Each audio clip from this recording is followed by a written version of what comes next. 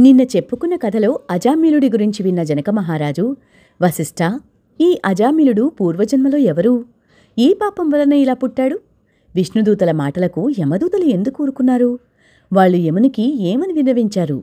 అతడు చేసిన పాపాలేమైపోయాయి అని అడిగాడు. వశిష్ఠుడు, నీవడిగిన ప్రశ్నలన్నింటికీ ఒక క్రమంలో సమాధానాలు చెప్తాను, విను. విష్ణు పారిషదుల చేత తిరస్కృతులైన యమదూతలు తమ ప్రభువైన యముణ్ణి చేరి, అయ్యా, పాపాత్ముడును దురాచారుడును నిందిత కర్మాచరణ పరుడు అయిన అజామిలుడులోని జీవుని తెచ్చే సమయంలో విష్ణుదూతలు మమ్మల్ని అడ్డగించి అతన్ని మా నుంచి విడిపించి తమతో వైకుంఠానికి తీసుకుని వెళ్లారు. వాళ్లను ఎదిరించలేక మేమిలా రిక్తహస్తులమై వచ్చాం అని కింకరులు చెప్పారు. రవంత క్రోధోదిక్తుడైన సమవర్తి యముడు జ్ఞానదృష్టితో సమస్తాన్ని అవలోకించినవాడై, కింకరులారా, కించిదపి పుణ్య విహీనోపి, ఆ అజామిలుడనే పాపి అంత్యకాలాన హరినామస్మరణము చేయడం వలన సమస్త పాపాలను నశింపచేసుకుని విష్ణుప్రియుడై విష్ణుదూతల చేత తీసుకుని పోబడ్డాడు. తెలిసి తాకినా తెలియక తాకినా దహించవలను అను కోరిక లేకపోయినప్పటికీ సమస్త జాతులను అగ్ని దహించును. అదేవిధంగా దుష్టాత్ములై మహిమను తెలుసుకోలేకపోయినా ఆ శ్రీహరినామస్మరణం చేసినంత మాత్రం చేతనే వారి సమస్త పాపాలు దహించబడిపోతాయి అంటూ సేవకులకు చెప్పి యముడు మరింత పూర్వాలోచన పరుడయ్యాడు. అజామిలుడు అతని పూర్వజన్మలో సౌరాష్ట్ర దేశంలో శివార్చకుడిగా ఉండేవాడు. ఆ జన్మలో కూడా స్నాన సంధ్యాచరణాది రహితుడు, దైవేతర చిత్తుడు, దైవ ద్రవ్యాపహరి అయి ఉండేవాడు. బ్రాహ్మణుడై ఉండి కూడా ఆయుధపాణి అయి దుష్టులతో స్నేహం చేస్తూ తిరిగేవాడు. అర్చకుడై ఉండి కూడా వివిధాభరణ భూషితుడై స్వేచ్ఛావిహారాలు చేసేవాడు. బహుభాషి అయి యవ్వనంలో ఉండేవాడు. ఆ కాలానికి అదే గ్రామంలో ఒక దరిద్ర బ్రాహ్మణుడుండేవాడు. అన్నం కొరకై పట్టణాలు పల్లెలు తిరుగుతూ యాయవార వృత్తి చేసుకుంటూ ఉండేవాడు. ఒకసారి తనకు లభించిన యాయవార వస్తుజాలాన్నంతటినీ మోసుకుని వచ్చి భార్యతో, చాలా ఆకలిగా ఉంది, సత్వరమే వంట చెయ్యి, ముందు కాసిని మంచినీళ్ళి, అవి త్రాగి రవంత ఉపశాంతిని పొందుతాను అన్నాడు. కాని యవ్వన మదాశ్రితయై ఉన్న ఆ ఇల్లాలు భర్త ఎన్నిసార్లు పిలిచినా పట్టించుకోకుండా తన ప్రియుడి గురించే తలపోస్తూ ఉండిపోయింది. అందుకు కోపించిన భర్త చేతికందిన కర్రతో ఆమెను కొట్టాడు. అడలి బడలి ఉన్న ఆ బాపడు అందుకై పరితాపంతో ఆమెను గృహాన్ని వదిలిపెట్టి గ్రామాంతరం వెళ్లి భిక్షాటంతో బతకసాగాడు. మగడు ఇల్లు వదిలి వెళ్లిపోవడంతో మరింత తెగించిన ఆ జారిని మగడు తెచ్చినవన్నీ సుష్ఠుగా మేసి మగడిచ్చినవన్నీ అలంకరించుకుని ఒక రజకుని ఇంటికి వెళ్లి ఆ రాత్రి తనతో సంభోగించవలసిందిగా కోరింది.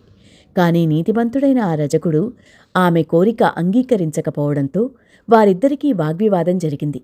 అంతటితో వాంఛితార్థం నెరవేరని ఆ బ్రాహ్మణ జారిని వీధిన పడి రసికులను వెతుక్కుంటూ పోతూ ఇతఃపూర్వం చెప్పబడిన ఈశ్వరాలయ అర్చకుడైన అజామిలుడిని చూసి సురత క్రీడలకు ఆహ్వానించింది.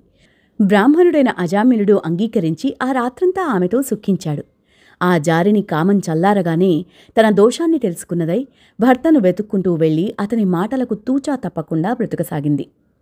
చేసిన పాపాల వలన మరణానంతరం ఆ శివార్చకుడు మహా నరకాలు అనుభవించి సత్యనిష్ఠుడి కొడుకైన అజామిలుడిగా జన్మించి కార్తీక పౌర్ణమి నాటి శివ సందర్శనం, అంత్యకాల హరిస్మరణల పుణ్యం వలన మోక్షాన్ని పొందాడు. ఆనాటి శివార్చకుని జన్మలో ఇతనితో జారత్వం నెరపిన బ్రాహ్మణ జారిని కూడా కొంతకాలానికి మరణించింది.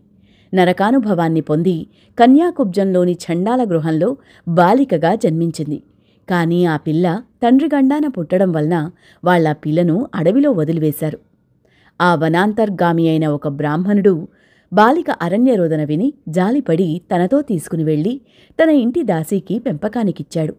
ఆ దాసీ దగ్గర పెరిగిన ఈ పిల్లని అనంతర కాలంలో అజామిలుడు దగ్గరకు తీసుకున్నాడు. మహారాజా, నువ్వడిగిన అజామిలుడి పూర్వగాథ ఇది. సమస్తమైన పాపములకు హరినామస్మరణ కన్నా మించిన ప్రాయశ్చిత్తం మరొకటి లేదు.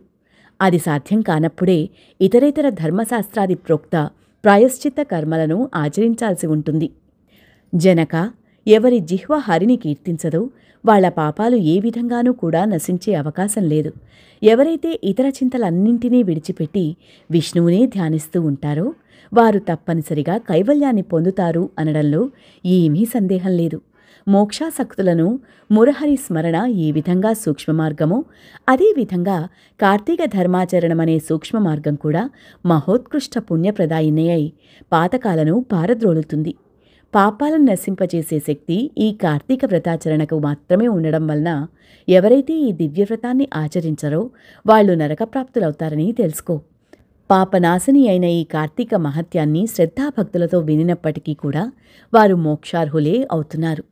ఆసక్తులైన వారికి పావన హృదయంతో ఈ మహత్యాన్ని వినిపించేవాడు వైకుంఠగతుడై విష్ణువుతో కలిసి ఆనందిస్తాడు అని చెప్పాడు వశిష్ఠుడు.